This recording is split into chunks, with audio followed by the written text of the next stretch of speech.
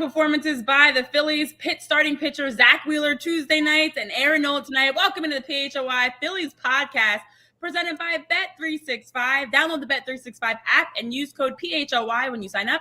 Whatever the moment, it's never ordinary at Bet365. Tyler Zulli, Jamie Lynch, myself, Renee Washington, as we are closing out this final game of the series against the Brewers in Milwaukee.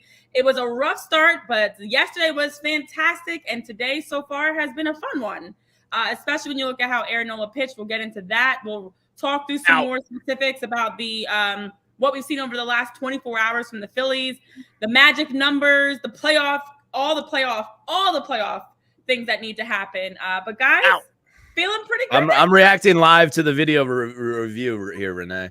Sorry. Yeah, you'll see it in 20 minutes. You'll see it in 40 seconds, yeah.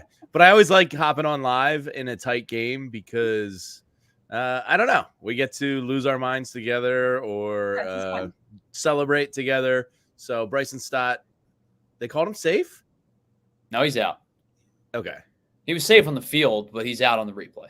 Okay. All right. Good. Yeah. So today we could potentially be celebrating also nice play by Stott. Locking in a playoff spot, which we knew playoffs was the bare minimum. But listen, there's steps that have to be completed, baby steps. And today could be that day to take that one next step towards getting closer to the NL East. Obviously, yesterday with the win, the Phillies set themselves up very nicely, which we love, to have a chance to lock in a playoff spot today and then also have an opportunity dwindling that magic number down to clinch the NL East as early as tomorrow and even wrapping up the NL first round bye as soon as this weekend. We love this. It makes our lives way less stressful when they take care of business like this. Yeah, the weird part of this game is Milwaukee already clinched. Mm-hmm. So if they lose here, hopefully on like maybe a walk-off, which it will be because it's the ninth inning or later. Well, not a walk-off, but you know what I mean. A top of the ninth loss. Do they go in the locker room and celebrate? No. Sure. Right? Like they're a playoff team. They're going to celebrate. They clinch. Wait, what you're supposed to do? Oh, from Milwaukee? You celebrate.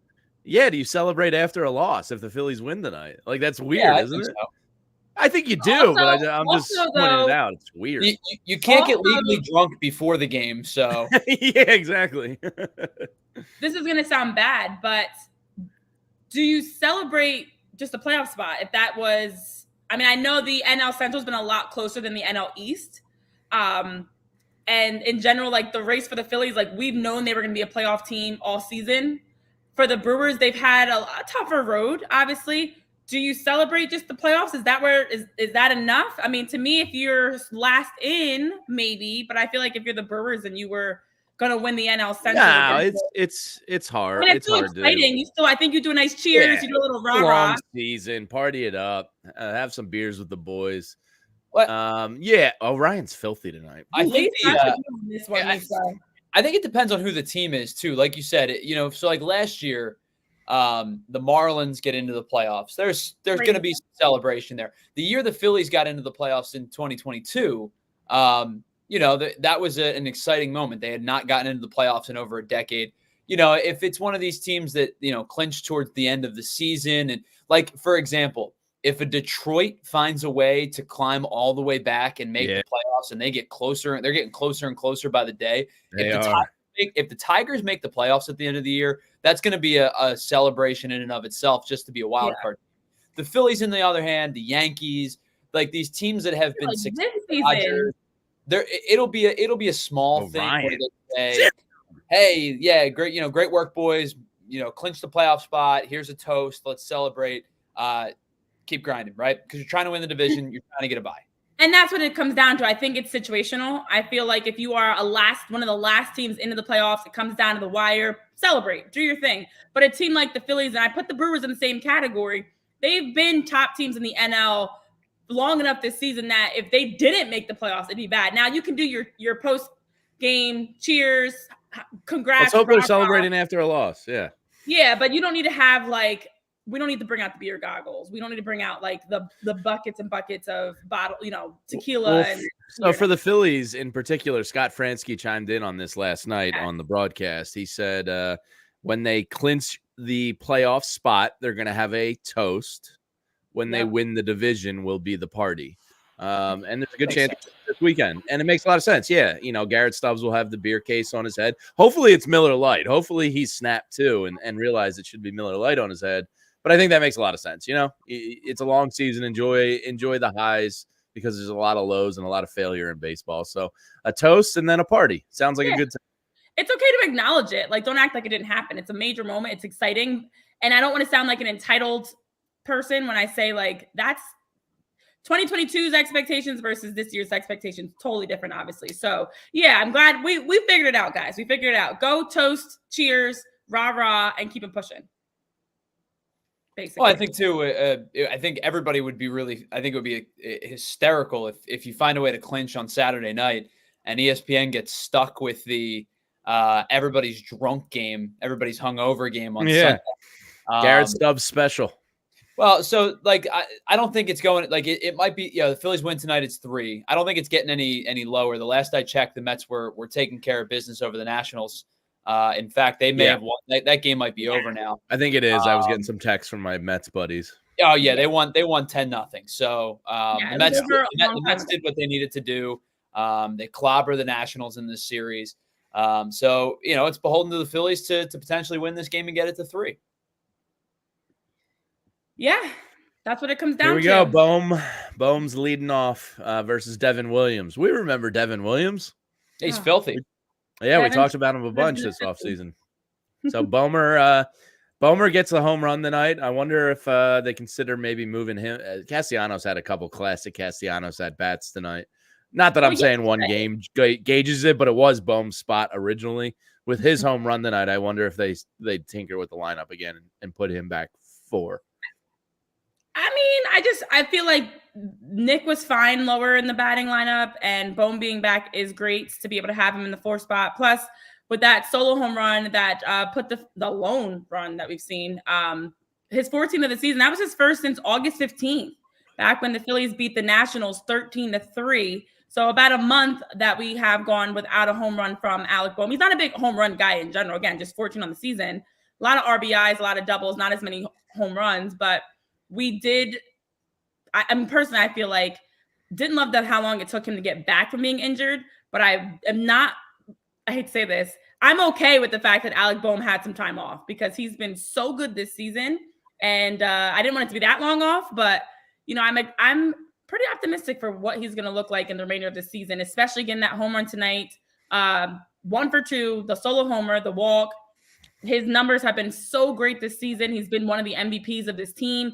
He needed some time off. He needed some PTO. He's back, though. So if he's ready to be back in the 4 spot, Nick, we're fine with wherever you are, especially after yesterday and just everything that we've been seeing from Nick lately. I don't think they wanted. They didn't want to rush him back into being into an RBI driving spot. Not that 5 isn't. 5 is still an RBI driving spot. But they didn't want to rush him back if they didn't need to. They want to make sure that hand's okay. And I think that come playoff time, he's going to hit 4. I don't think there's much of a debate. He's going to be your 4-hole hitter. You probably will see some semblance of Castellanos, Scott, and Real Muto 5, 6, 7, somewhere in that mix. I think that Castellanos did a really nice job of holding the fort down. He's done a really nice job this season. Especially in the second half of the season, of being a run producer for this team and being a consistent for a team, that struggled in the month of July offensively at times. But your doubles hitter, your RBI guy is going to get back into the 4 spot. The swing looked that at bat is not kind of. Well, Devin Williams is filthy. Did you see those pitches? Jeez. The swing looks more level than it did when he first was coming back up. It's a matter of him getting his hands on top of the ball, getting extended. And driving the ball like he did in the first at bat today. I thought it was going to be a double off the bat. It looked like it was kind of low. Yeah. The tip of the classic Alec Bohm line drive double in the gap, but it just kept carrying, hit it really, really hard.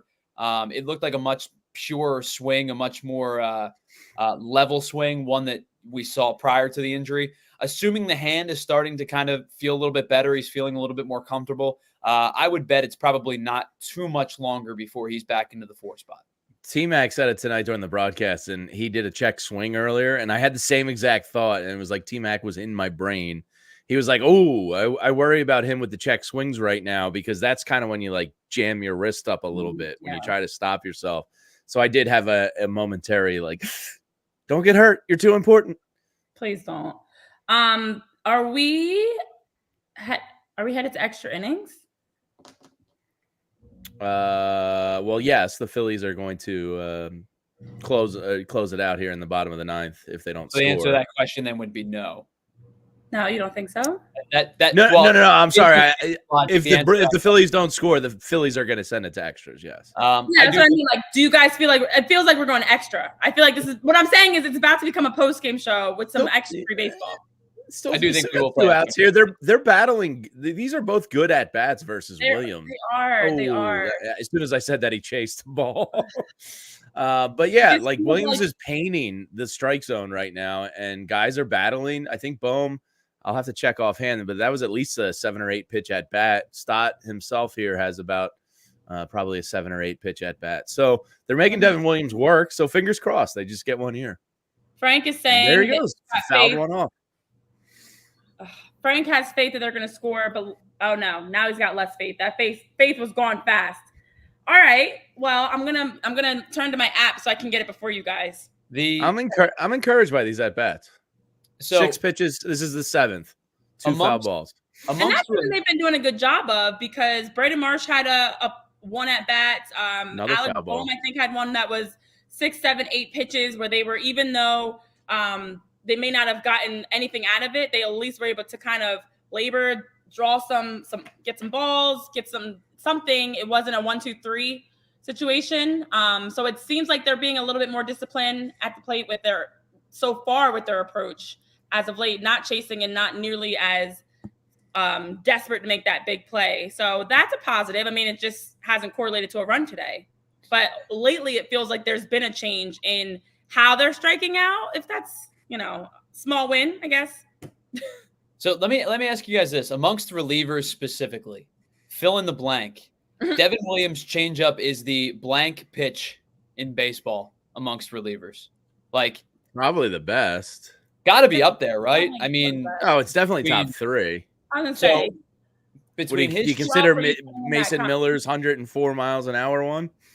Well, so you could talk about Mason Miller's fastball. You could talk about Ben Joyce's fastball. Aroldis Chapman's thrown a ton of heat this year. But I think you kind of lean on Williams' changeup and Emmanuel Clase's cutter. As probably two of the elite pitches in amongst relievers in baseball, right? Oof. Yeah, definitely. That's why we wanted Devin Williams. Hopefully, if Ryan keeps this up, we're talking about his sweeper up there in the top 5 next year. Oh boy. Oh, now are you ahead of us? Yeah, because I don't like being behind. Okay, so I went to my phone so I can get quicker updates. So I'm getting the updates. Oh, great. That pitch there's nothing you can do. That pitch is disgusting. It's just it falls off the table. It might as well change up. It might as well be a splitter. They call it a changeup because of his grip and the arm action that he throws it with, but I mean that thing drops like a splitter. It's just disgusting. I'll wait till you guys get caught up with those of us that are. I assume we're about to see Charlie Sheen on the mound. Yep, there he is. Brandon Marsh strikes out. It's 3 outs. That's baseball, but all 3 were, decent-ish at bats versus one of the best bullpen arms in the game. And you talked about Orion. Orion is coming back out there as of now. They showed Estevez warming up. Unless it just interesting. Orion rarely ever does more than 1 inning. I know. But I guess they're figuring on the road, maybe save Carlos/Charlie for the 10th. If Orion, what was Orion's pitch count? Let me see here. I think they're expecting this to go extra innings and planning for that. See if they can stretch Orion out here. So the numbers. See what Orion threw here. Orion threw 16 pitches, 9 sweepers, 4 4-seamers, 1 2-seamer/sinker. I mean, they've been like lockstep unless you're Matt Strahm or Jose Ruiz, your big 4 horses have kind of actually, I shouldn't say that. Alvarado a couple times has gone more, but for the most part, they're 1 inning guys. That would surprise me a little bit, but doesn't really matter. Yeah, I mean, I guess try it out, especially knowing that you are expecting and hoping the game goes to extra innings. I don't love it. I mean, Orion was filthy. He just mowed people down. So maybe so Rob's like, just go out there and do that again. just keep Please. going. That was yeah. great. And then they could still, if they want to, go to Estevez, maybe. I don't know. Oh, now he is. Okay, they did change. They now have changed. Carlos Estevez is pitching, not Orion Kirkrig. Just took them a little while to update on this side. I was gonna say, it doesn't seem like this something that's characteristic of Rob. Yeah, Ryan especially too, with know, being a flamethrower. You don't want to Dodgers him up, Dodgers him up. You mean blow his elbow out? I know, but that's a wild thing that the okay, respect. I mean, once or twice coincidence. When you have like 16 guys over the last 2 years go out with UCLs, you're teaching your pitching wrong. I mean, when you talk about modern pitching, Zach Wheeler and Aaron Nola, obviously Zach Wheeler post-injury, but Aaron Nola, those should be your prototypes for modern pitching, like and durability and saving arms, and they're like the anti-Dodgers. Well, he's a Dodgers. It's like it's a glue factory for pitchers. I mean, like, yeah, it is. It's bad. They have a problem on their hands out west. Might get 3 out of this. Yeah, so Jackson Churio is up. Oh, I'm the last one. Jeez. Okay. Great. Now I have to watch you two react. All right, guys. So the ever posing question when you have a runner on third and nobody out as the winning run. If I am Rob Thompson right here, I'm walking the next 2 hitters. Yeah. Next. I don't disagree with that. I would walk the next 2 hitters, set up the force anywhere. Obviously, you got to eat the run at the plate anyway, but you don't. If you can avoid it being a tag, I think you want to avoid it being a tag, especially if you don't like the matchup coming up. I would consider. Okay, Contreras has been walked. To your point, Tyler, Contreras, they intentionally walked Contreras. So William Contreras is on first, and then you've got Mitchell up, and then Adames is on deck. Well, and that's the problem too. And then like you're playing with fire, walking 2 guys to put the winning run on, and then Willie Adames is the guy at the plate. Now they've done a really awesome job with him for the entirety of the season. I think he's 0 for like 21 against the Phillies this year. But I think the plan here is you kind of don't throw this guy anything to hit. You see if the runner takes home, and then if the runner takes second. If the runner takes second, you don't throw down, and then you walk the hitter. That would make sense. I would say that's never ordinary, Tyler. Like that just sounds to me like something that's not an ordinary thing you see in baseball games. And you know where else it's never ordinary? That's over at Bet365. New users right now at sign up can get $200 in bonus bucks. All you have to do is use code PHLY365 at sign up. And it's great. They pioneered live in-game betting. They have thousands of promos and odds boosts every single day. You can hop on live right now and get some great action. Right now, new customers can get that $200 in bonus bets when you bet just $5. Use code PHLY365 to sign up, deposit $10, and place a bet for $5 to get $200 in bonus bets. Bonus bets can be used on the spread, totals, player props, futures, and so much more. They have great early payout offers in baseball. If your team goes up 5 runs, boom, you'll get cashed out right on the spot. It's a great place for college football as Carlos Estevez gets a big out right there. And every day they're powering up the odds on hundreds of bets to give you a chance to win more.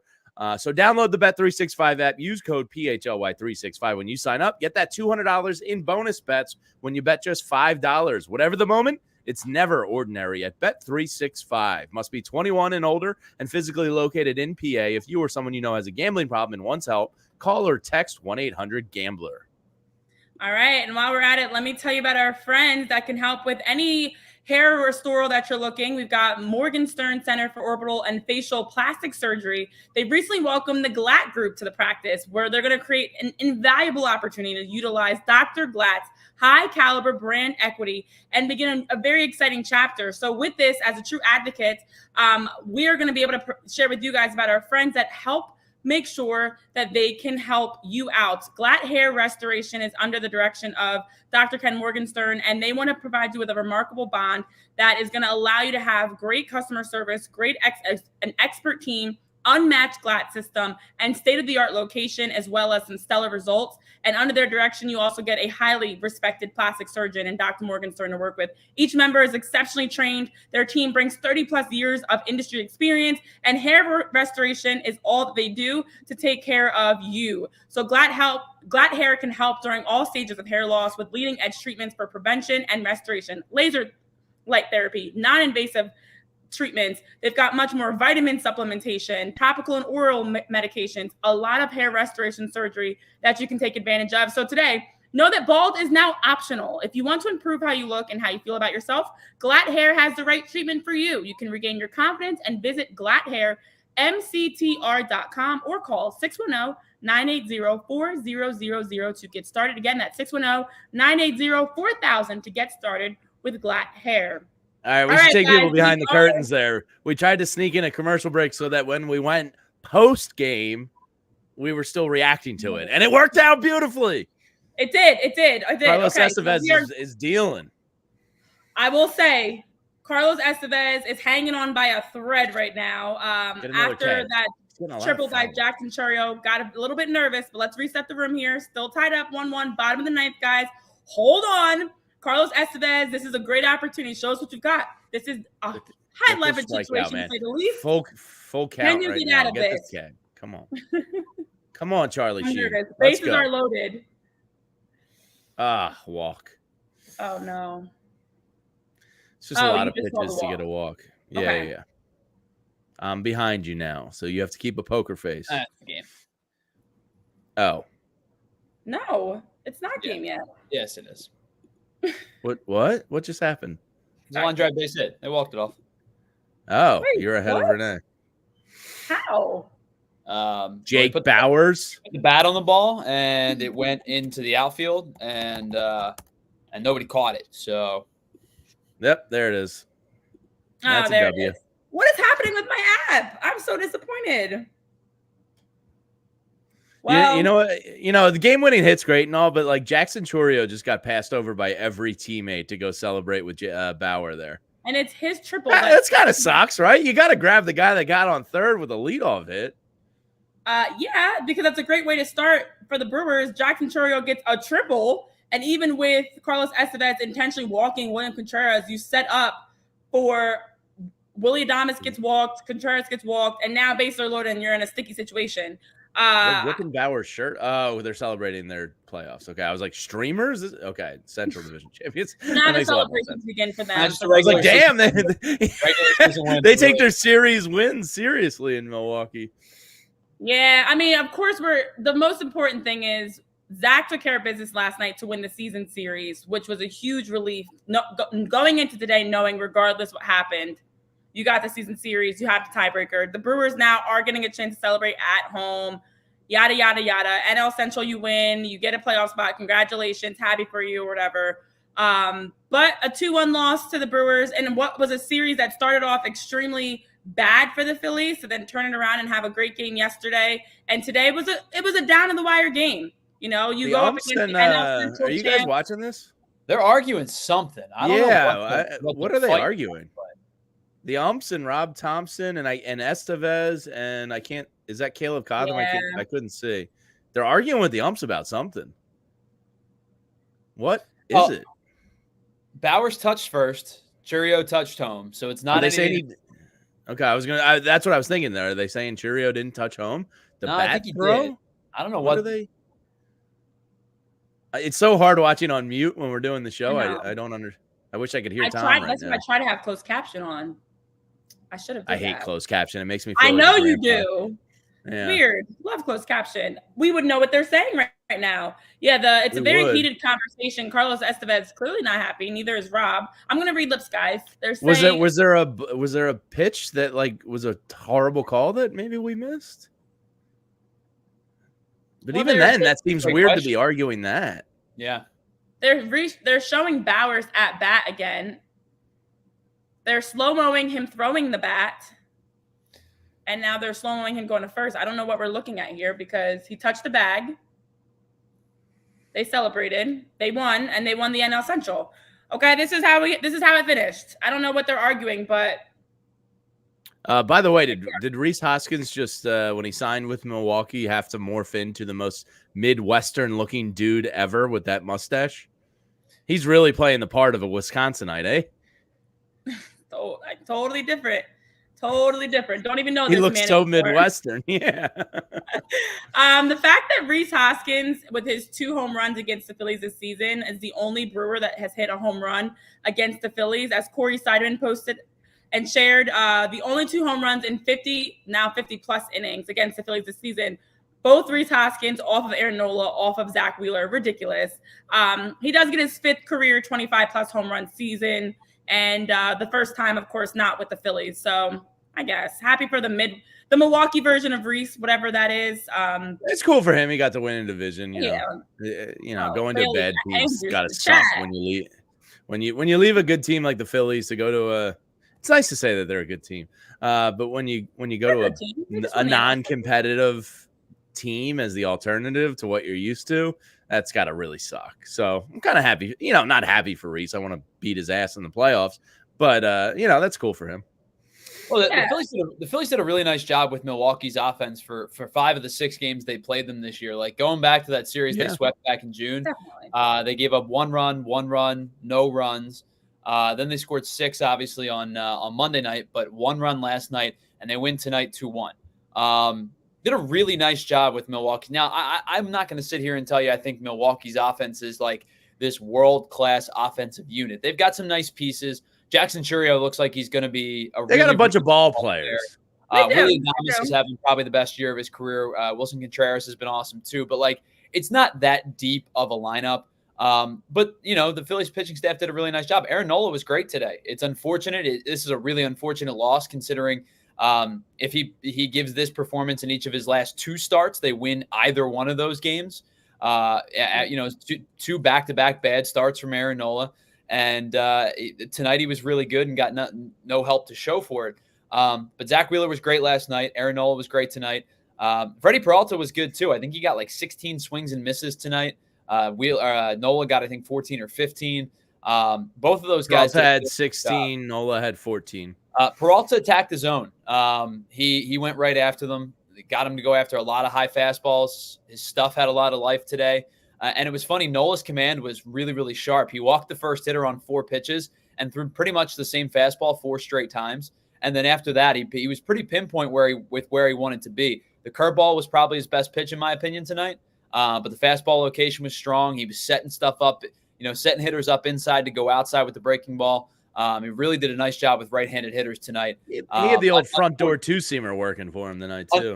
Unfortunate loss for him tonight because it was one of his better starts of recent note.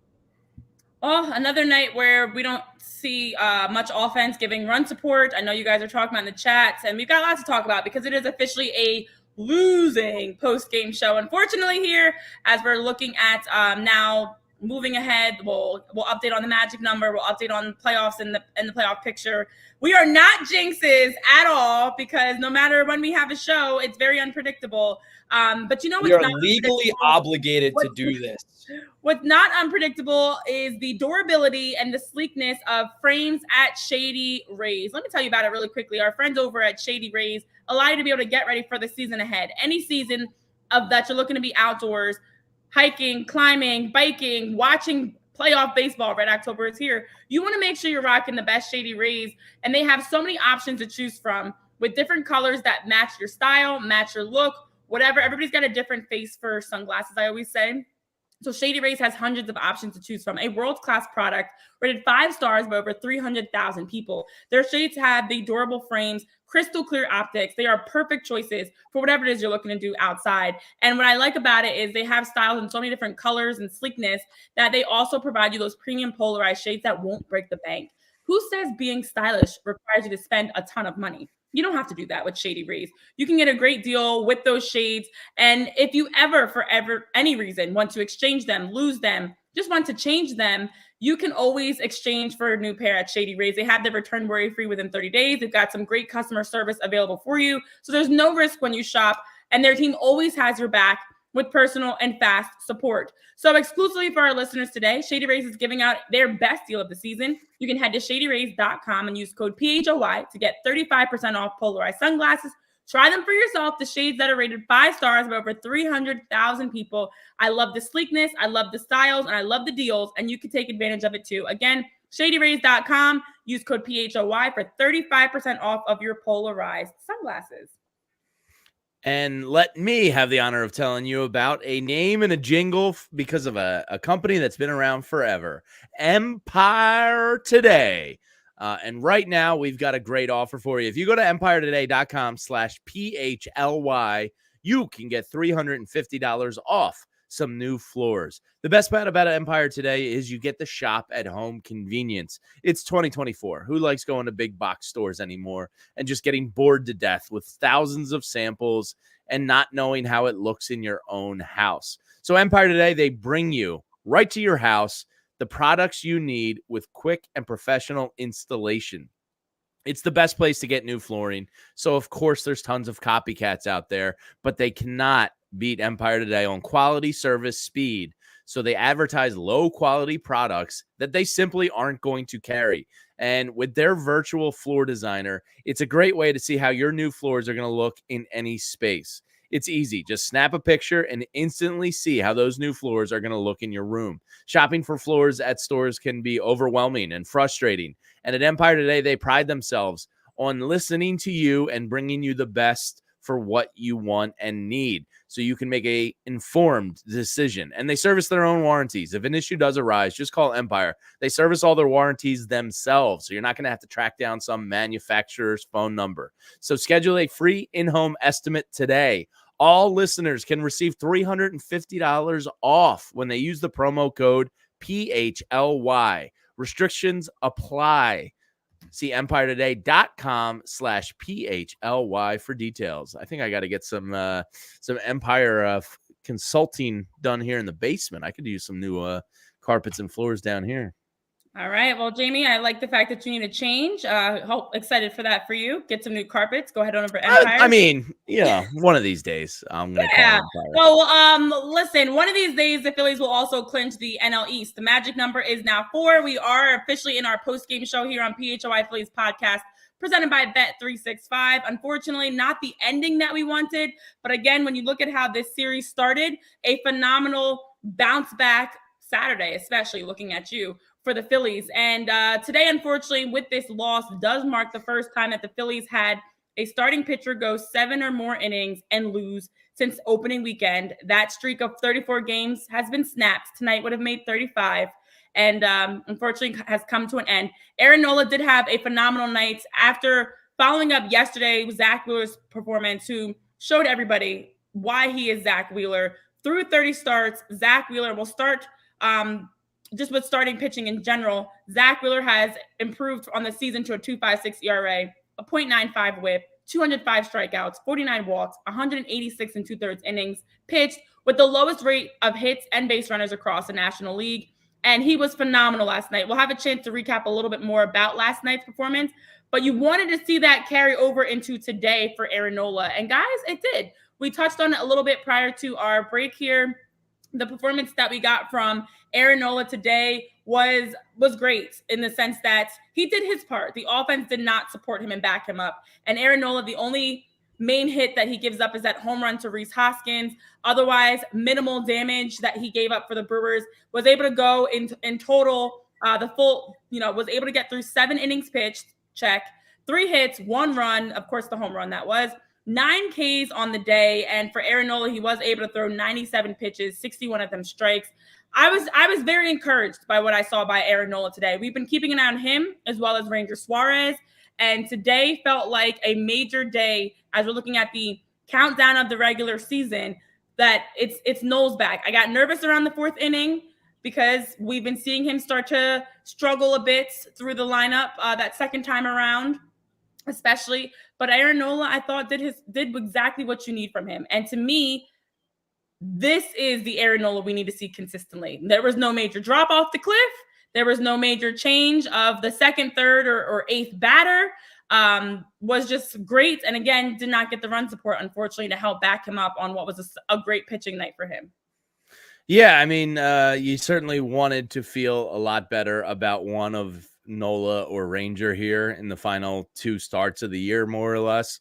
And it's, the more realistic one is Nola probably puts it together. Ranger, for whatever reason, just doesn't look like himself since returning from the IL. I don't know if it's fatigue, never fully getting back, whatever. Hopefully he snaps too. I'm not saying it's over, but I think Nola was the more realistic path to one of the 2 returning. Hopefully this is him dialing in. That was a quasi-playoff atmosphere, meaning that you're playing another playoff team, not that much was on the line. And his velocity was up on everything, on all 4 pitches tonight from his yearly average. So maybe he's got that little bit of late September juice kicking in. So it was really an encouraging sign to see. If he can go out next start and give you another gem, I can forget about the last 3 starts at the end of August and beginning of September. Yeah, we talked about it recently. He's historically not been very good in September. This was a really good start tonight. As you mentioned, Jamie, the velo was up across the board. I thought his location was really crisp. Really kept a lot of pitches out of, there wasn't a whole lot of pitches over the heart of the plate. He didn't miss middle very much. No. I thought the curveball was his best pitch tonight. He had guys out on their front foot, kind of leaning. I thought that it was the one at bat to Willy Adames was a really, really good pitch. I forget who it was, but you could tell after he struck him out on the knuckle curve, and he walked back to the dugout, was screaming at himself. It was, the pitch was dancing tonight. It was a really good start. The unfortunate part is you can't win a whole lot of games when you score 1 run. There were 3 barreled balls this entire game. The entire game for both teams, 3 barreled balls. I assume one of them was probably the home run off the bat of Alec Boehm. I assume one of the other ones was the line drive off the bat of Jake Bauers, because that ball was hit hard to win the game. It was not an offensive performance tonight. Peralta was good. Nola was good. Kerkering was good. Koenig was good. Most of the pitchers that you saw tonight pitched well. Hey, I got a question for the both of you, because Tyler it triggered something in my brain. Carlos Estevez. If you're ranking the Phillies bullpen arms, where do you have them? Forget roles. Just guys. Jeff Hoffman's still my number 1. So everybody might have different ones, and then when Orion's on, I mean, he optically might be the best. 3. Estevez, you have 3rd? I would say 3. Because I would go Hoffman is your definable 1. I think so. I would go Matt Strahm 2. And then it would be either Estevez or Kerkering 3-4. Yeah, I think, listen, the truth is, right. Yeah, I mean, when you look at those 4, ironically, coming into today, all having an ERA between a 1.76 and a 2.03, it's a great problem to have.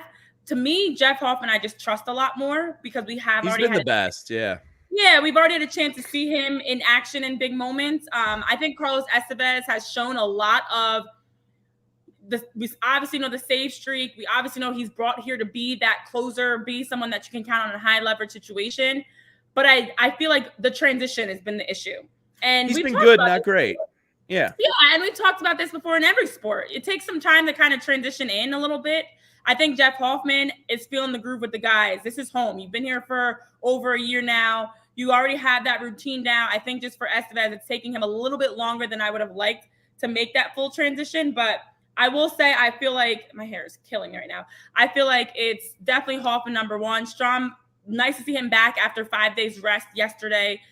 Still locked in number 2. I'm so tempted to put Orion 2. I know Strahm has been like a horse for you.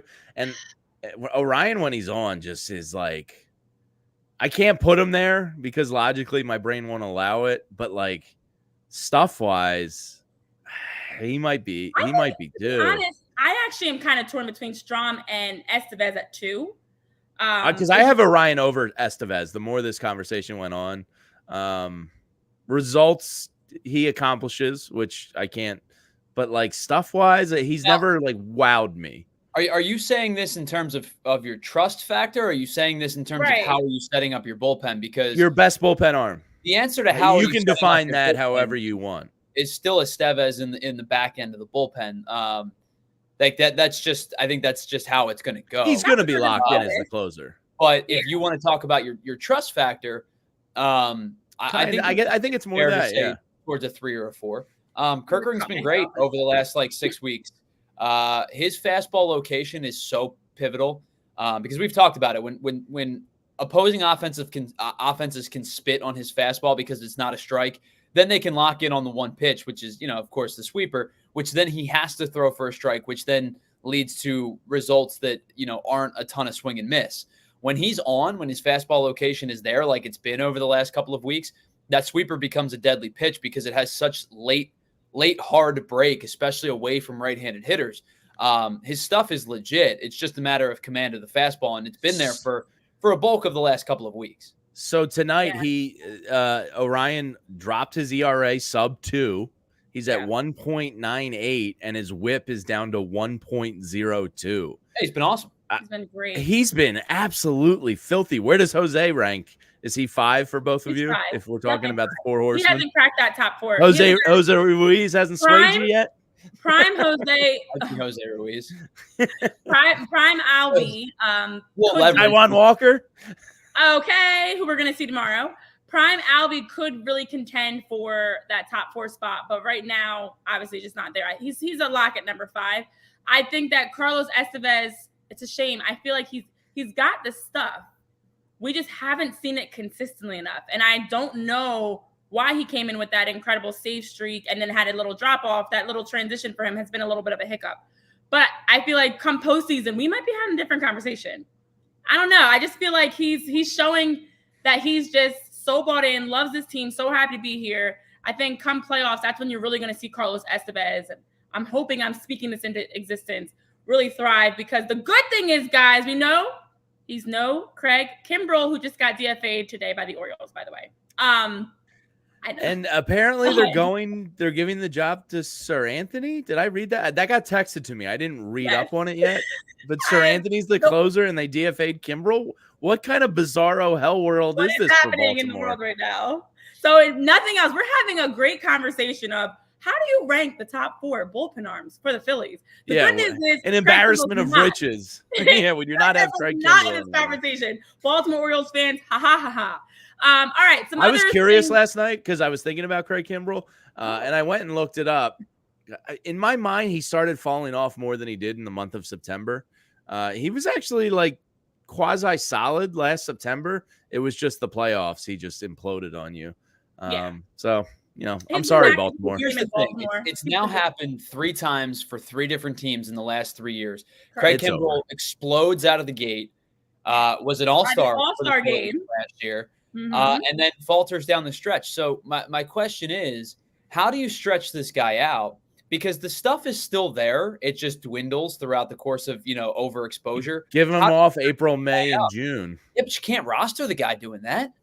Well, by the all-star game, Craig Kimbrell turns into a duck, and if it walks like a duck, talks like a duck, quacks like a duck, it's a duck, guys, and he's ducked out of here, DFA'd, gone for Baltimore. All right, some other things, though, because Craig Kimbrell, we don't need to be triggered right now. We are already struggling as is. Anytime the Phillies lose, I see people on Twitter, Jim Cunningham's not great right now. I know you're in a bad space, Bailey Andrews. A lot of you guys are getting the frustrations out about the offense. Let's talk about it, because as we heard the lovely stat last night that the Phillies are, or at the time, with that win last night, became 4-0 when they have 16 or more strikeouts in a game. Well, today they also got 16 strikeouts, so that has now been a blemish. They are now 4-1 when they have 16 or more Ks on the day. It's a weird stat, and there are so many weird stats in sports, but that one had to be the ultimate to win that game and have so many Ks. And then today you have 16 again. The offense, we've talked about it so many times, guys, has been incredibly inconsistent. You have another day today. Yesterday was Nick Castellanos that gets you on the scoreboard. Today it's Alec Boehm. Awesome to see Alec Boehm have that home run, the solo homer, 14 of the season, his first since August 15th. Great. But we didn't see anything after that. That was it. We could have put Jamie, your kids out there, your dog and kitten out there, Tyler. We could have put anybody else out there. They would have given the same offensive production as what we got today from everybody after Alec Boehm. Nada, zilch, squash. So are there concerns? I know the people in the chat are not happy. Again, Jim Cunningham is not in a great space on Twitter right now of the frustrations of the teams at bat. Their offense has been having these moments where we feel like they're breaking through and then they drop off. The reality is, though, guys, in my opinion, it's always been the starting pitching in the bullpen that we've been able to rely on. When you really look at this season, we've watched every game, we've been talking about every game. When you really think about it, it's been a nonstop roller coaster ride with this offense around the injuries, around cold bats, hot bats, back and forth. And they haven't been able to, that hasn't been the strongest point of this team. It's been the pitching staff that's helped them be best in baseball. So am I concerned? Absolutely. But I don't know what's going to change. I think Alec being back healthy, we have some injury updates on Austin Hayes. You obviously got Edmundo Sosa back. Like, they're starting to get healthy again. I think that could be the step in the right direction to reset their lineup back to what it was, because it hasn't been the same lineup as we got first half of the season since, I guess, the first half of the season. So in my opinion, that might be a help to kind of reset to what they were like in May and June of what that lineup was, the depth was. But again, the offense has been very inconsistent. Yeah, I mean, they've gotten two major things back this week in Bailey Andrews. I know you're in the chat and you don't want to hear that the offense, but you know, Bryce Harper's power returns. He's everything to this offense. And while he was being productive without the pop, you're not going to win a World Series without Bryce Harper hitting some home runs. We've seen how home runs change postseasons.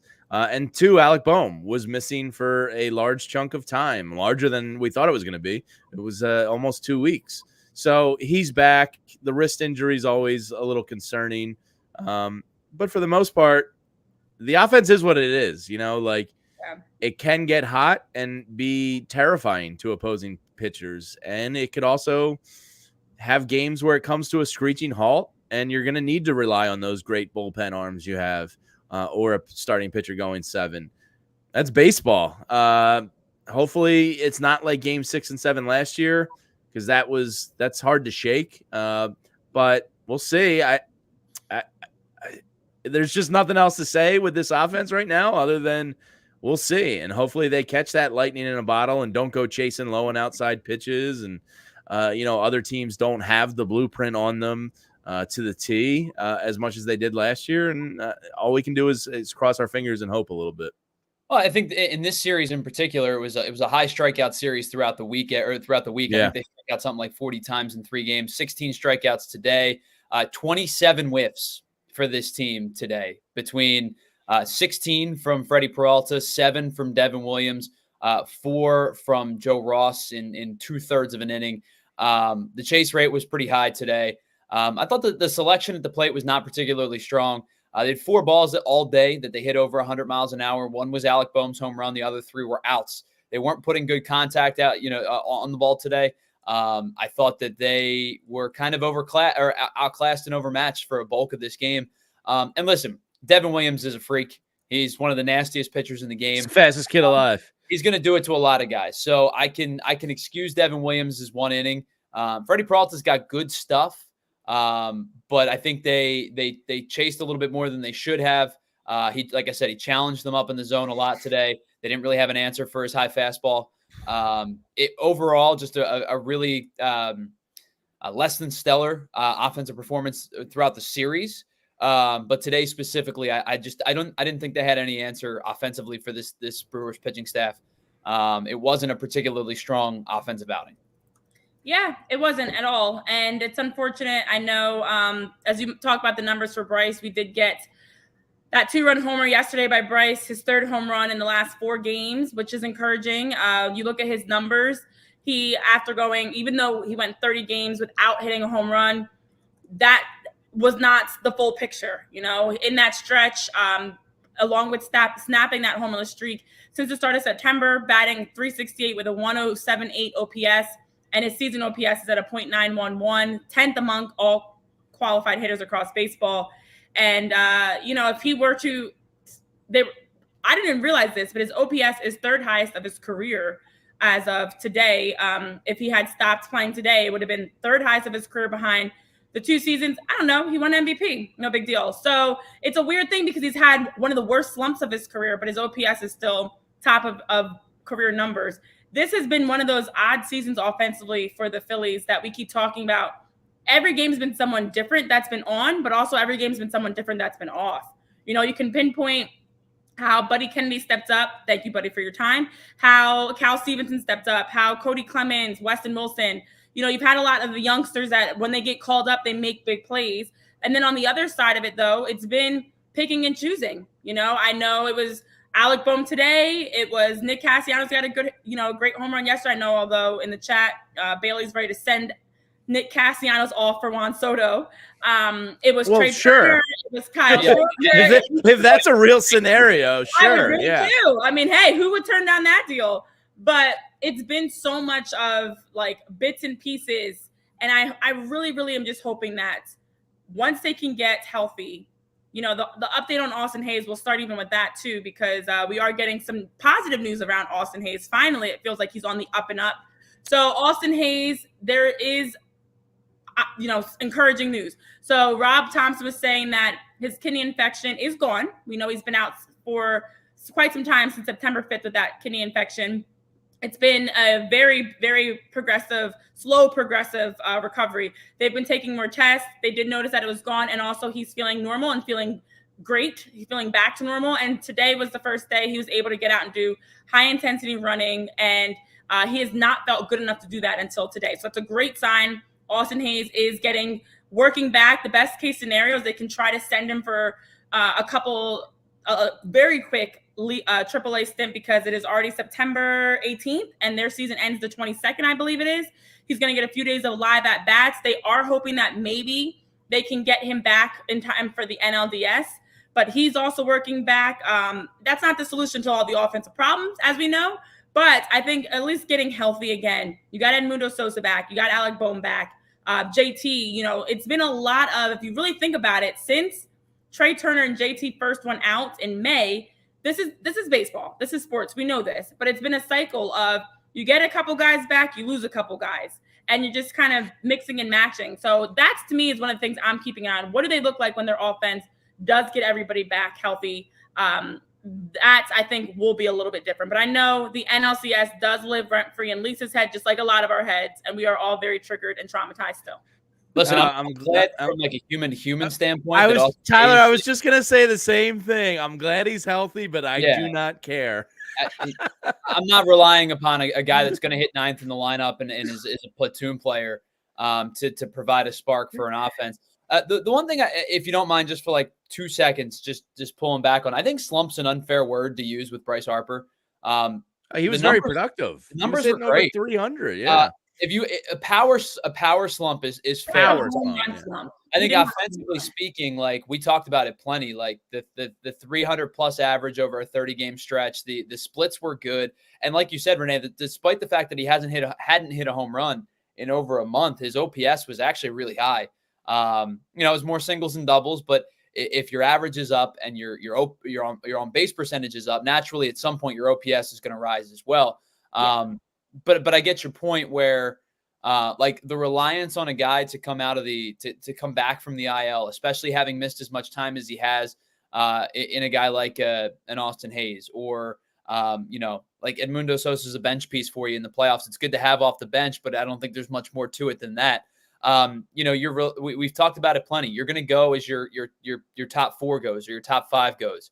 And then you're going to rely on your pitching staff, which has been, really good for a bulk of the season. You're going to hope to be able to get your starting rotation in a spot where you can go Wheeler, Nola, Sanchez, or Wheeler, Sanchez, Nola, or whatever the case may be. But come playoff time, you have to get productivity from your top 4. They got it yesterday. All 4 guys in the top 4 drove in at least one run and were on base at least once. Today, they didn't get a whole lot of productivity from anybody. 4 hits total. Right. 4 hits total. That's it. Yeah, and the people in the chat are kind of, bitching the Phillies needed more at the trade deadline. I agree with you. At the time, I thought it was what did you just drink, Tyler? I don't know. Something was in my water. It was just something. It was at the bottom of the glass. Over there spiking your water? Yeah, the cat pee in your water? What happened? I'm in my mom's. There's nobody here. Yeah, I kind of agree. Now, hindsight being 2020, obviously, looking back on it, you'd like something more than Austin Hayes to upgrade at the deadline. Can't do anything about that now. And Brandon Marsh has luckily been better. He's pulled out of the kind of extreme funk he was in. You'd like a right-handed bat to be able to play in left field in the playoffs, and maybe Austin gets a chance. I don't know how they'll play that one. That'll be kind of interesting. They'll probably rely heavily on the analytics and R&D department and matchups and take it game to game type of thing. And maybe it's just a true righty lefty thing. I don't know, but Austin Hayes certainly doesn't excite me. No, he's not the answer. I'm not saying he's the answer. No, I didn't say you are. He just doesn't excite me at all. No, I mean, listen, cool. The reality is, He's and I know Steve said in the chat also, you got a lot of spark from the bottom of the batting order. You got a lot of spark from guys that have been called up. The truth is, as we have always said, we talked about this at the trade deadline. This team is going to win with their top 5. It's Bryce Harper has to be better, Kyle Schwarber, Trey Turner. You need more from JT Realmuto. You need more from Alec Boehm. You need more. I mean, Nick Castellanos actually has been doing everything you expect from him. So it's just frustrating because what will change for that group? The flip of the calendar? The change to playoffs? I don't know. We don't have the answers, but it has been all season of us. I won't say all, but a lot of the season of us really trying to figure out what's up with the offense. What is it going to take for them to change? They need time off. Remember we saw Trey, who was great. Trey was at his best when he came out the IL off of his hamstring. And when he had that day, it was that Wednesday game against Miami, I believe it was, whatever month that would have been, August, I guess. Had the day off, came out and had multiple home runs following that. We've talked about it. What does it take for them to be sharp, to be able to lock in? These guys know what to do. They're pros. It just, for whatever reason, is they continue to have this up and down, very inconsistent stretch. And I know it's concerning for everybody. It is September 18th. Red October is very close. We're counting down on the magic number, which means we're also counting down to the playoffs. And you have a Diamondbacks team. You have a Padres team. You have other teams you're looking around how they're playing right now. So it's scary. It's a little scary. Spooky season. I look, maybe it's me putting on the Phillies colored goggles here, but I'm not going to let the ghosts of the past 2 years affect my belief this postseason. Respect. I'm just not, because that's not fun. I'll emotionally crash like a wreck and go to the sewers and suck my thumb if it happens again. But we're going to wait until, as my parents would always tell me, Jamie, we'll cross that bridge when we get to it. So I'll be an emotional disaster when it happens. But until it does, I'm going to have the faith and confidence that these really good baseball players offensively can get it done.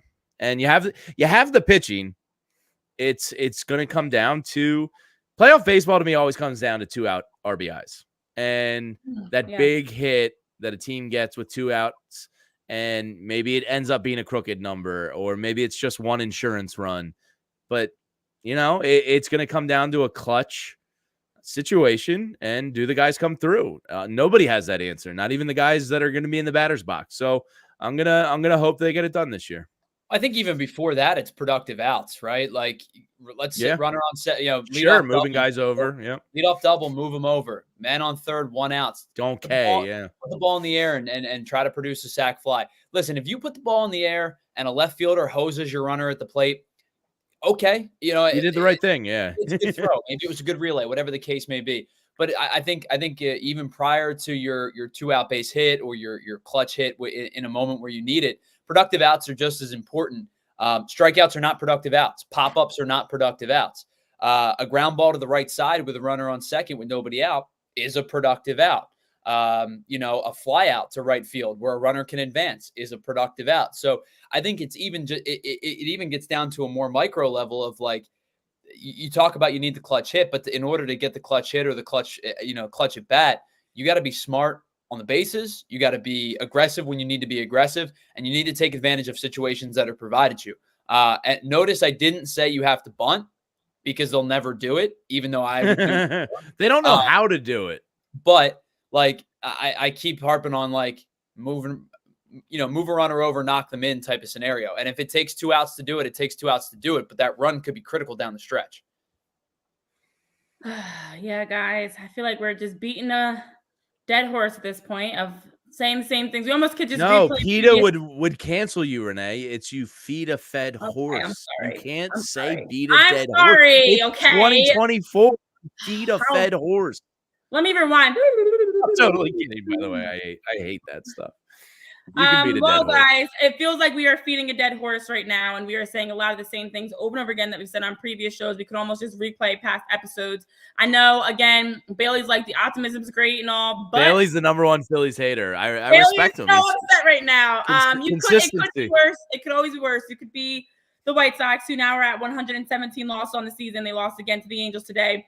Diamondbacks did win 9-4 over the Rockies. Rockies have been giving them a good series, though. And then also you did see the Dodgers got the win. I believe that final score, 8-4 over the Marlins. Marlins beat them yesterday. We're doing some scoreboard watching right now, and the Yankees are up 1-0, top of the 5th, with our future Philly Juan Soto. The Yankees are up against the Seattle Mariners. But guys, we will be back live tomorrow for a watch along. BC Dodgers fan, your team did get a win today. Not happy for you or whatever. We'll continue keeping an eye on the one game lead. Yeah. What up? Hit that thumbs up button while you're here at least. We will be back live tomorrow for more. We actually have a watch along tomorrow, so you guys get to hang with us, and we can all be happy or sad together because tomorrow, guys, guess who's on the mound? Me. A Taiwan watch along. I'm pitching 3 innings tomorrow. Tomorrow we get Taiwan Walker on the mound. We're gonna have a pregame show. We'll talk about all that and prep for the show. Can't mentally do it right now. So we'll be live before the game starts. You can watch the game with us, and then we'll be having our post-game show tomorrow live. So be sure to tune in for more here on PHLY Phillies, presented by Bet365. For Tyler, Jamie, myself, Renee. So long. Keep the optimism high, guys, because that's all we've got to go on right now. The offense will get clicking. The pitching staff is still top in baseball. And tomorrow is a new day with Taiwan Walker on the mound, guys. Get excited. We'll see you for more here very, very soon, live tomorrow on PHLY Phillies podcast. Bye, guys. See ya. We all silly like the mayor.